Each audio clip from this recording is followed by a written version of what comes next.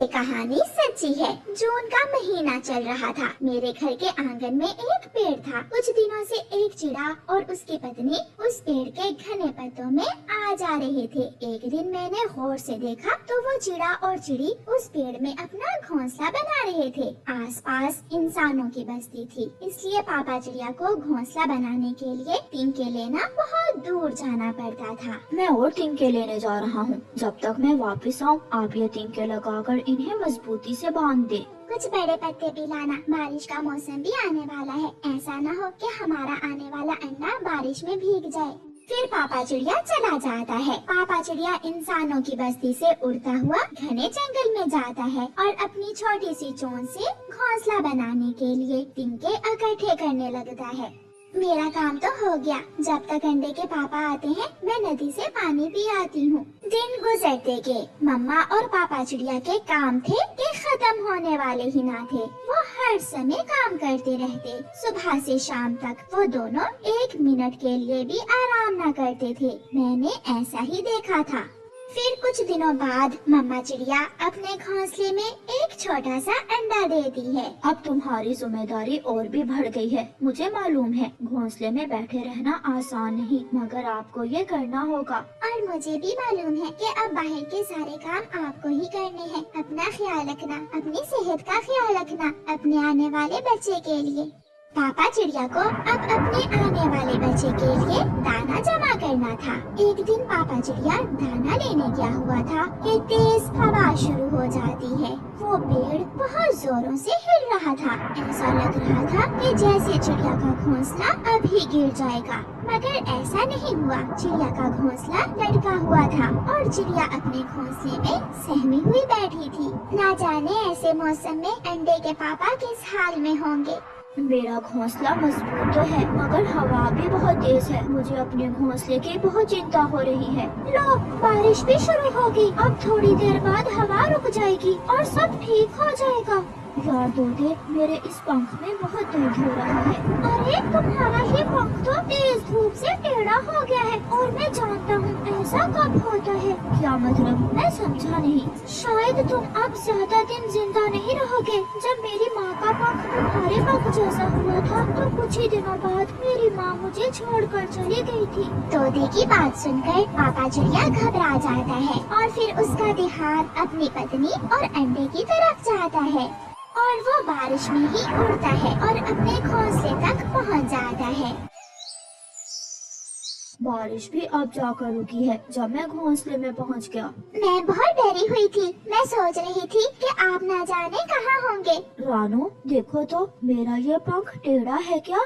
हाँ, थोड़ा सा महसूस तो हो रहा है। फिर तो तोते की बात सच्ची ही होगी। क्या क्या कहा था तोते ने? यही कि मैं अब कुछ ही दिनों में मर जाऊंगा। ये सुनकर मम्मा चिड़िया रोने लग जाती है।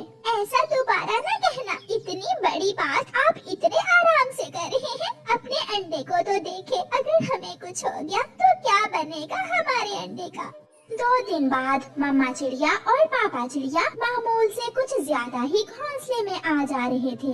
आज जल्दी जल्दी से कोई नरम फल ले आए। अंडा हिल रहा है, बच्चा अंडे से निकलने ही वाला होगा। तुम ध्यान रखना, मैं अभी आता हूँ। पापा चिड़िया के चले जाने के थोड़ी ही देर बाद अंडा फूट जाता है और उस अंडे में से एक बहुत ही सुंदर सा छोटा सा बेटा बाहर निकलता है, जो देखने में बहुत कमजोर था। और अंडे से निकलते ही वो अपनी चोंच ऊपर की तरफ करके चूं-चूं करने लगता है। न जाने उसे किसने बताया था कि मुझे चोंच ऊपर करने, चूं-चूं करने पर दाना मिलेगा। मम्मा चिड़िया अपने बच्चे के मुंह में दाना डालती है। वो बार बार दाना डाले जा रही थी। उसका छोटा सा पेड़ था कि भरने का नाम ही नहीं ले रहा था।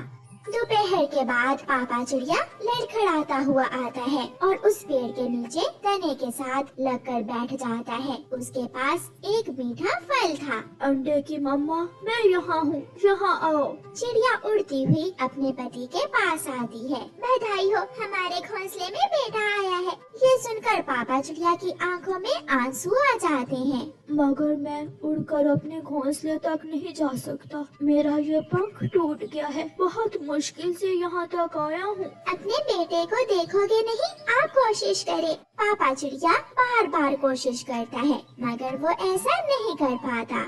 आप ये फल ले जाएं और मेरे बेटे को दे। जब मेरा बेटा घोंसले से बाहर निकलेगा तो मैं उसे देख लूँगा। पापा चिड़िया फिर से तने के साथ लगकर ऐसे बैठ जाता है जैसे बेजान हो और मम्मा चिड़िया मीठा फल ले जाती। लो बेटा, ये मीठा फल खा लो, ये आपके पापा लाए हैं। पापा? मेरे पापा कहाँ हैं? वो नीचे पेड़ के तने के साथ बैठे हैं, उनका पंख टूट गया है, वो यहाँ तक नहीं आ सकते।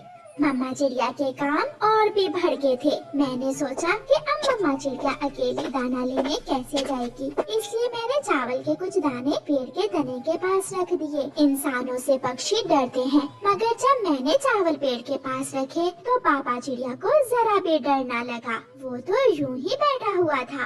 अब मम्मा चिड़िया अपने पति पर जरा भी ध्यान न देती। वो अपने घोंसले से निकलती, चावल का दाना लेती और अपने घोंसले में चली जाती। शायद अब मम्मा चिड़िया के पास समय ही नहीं था। चावल तो वहाँ थे, मगर फिर भी मम्मा चिड़िया अपने घोंसले से निकलकर दूर जंगल की तरफ जरूर जाती थी। शायद कुछ भोजन उसके बच्चे के लिए जरूरी था जो वो लेने जाती थी। उसी शाम पापा चिड़िया अपने घोंसले की तरफ देखते देखते मर जाता है, मगर मम्मा चिड़िया फिर भी वहाँ नहीं आती। शायद पक्षी ऐसे ही करते हों। मुझे बहुत हैरानी थी ये देखकर कि मम्मा चिड़िया के काम तो खत्म ही न होते थे। वो सारा दिन इधर उधर आती जाती रहती थी।